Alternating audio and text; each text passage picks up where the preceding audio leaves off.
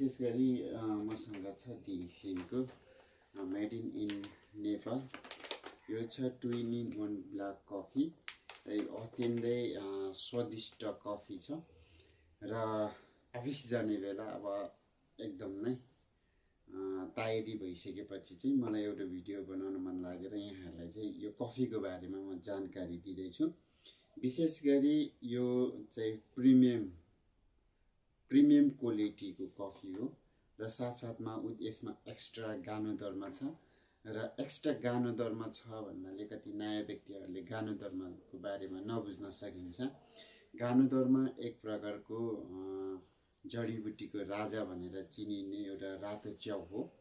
यो चाहिँ विश्व वैज्ञानिक साइन्सले पत्ता लगाएको र साथसाथमा यसलाई चाहिँ गानो दरमा लुसिडम किङ अफ हर्ब भनेर पनि बुझिन्छ। जुन चाहिँ किङ अफ हर्ब भन्ने बित्तिकै जडीबुटीको राजा रातो च्याउको धुलो चाहिँ यो कफीमा सर्छ र यो कफीले चाहिँ कफी भन्ने बित्तिकै प्राय व्यक्तिहरूले चाहिँ क्याफिन र निकोटिन चाहिँ प्रशस्त रूपमा हुन्छ। यसले चाहिँ हाम्रो हेल्थको लागि चाहिँ राम्रो गर्दैन भन्ने कुरा छ र कफी पिउँदाखेरि हेल्थलाई धेरै राम्रो गरिन्छ। तर क्याफिन र निकोटिन भएको कफी पनि कतिसम्म पिउने भन्ने कुराहरू त्यसको एउटा छ एरियाहरू छ हैन।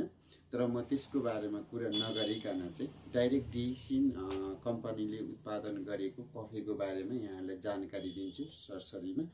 र डिएक्सिन कम्पनीको कफी चाहिँ यसमा चाहिँ क्याफिन र निकोटिन चाहिँ यसमा चाहिँ जुन रिमुभ गरिएको छ यसमा चाहिँ र यसमा क्याफिन र निकोटिन एकदमै कम छनु चाहिँ छ तर एकदमै कम्ती छ, कम्ती फ्लेभरमा छ र साथसाथमा एक्स्ट्रा गानो दरमा रातो च्याउको धुलो छ।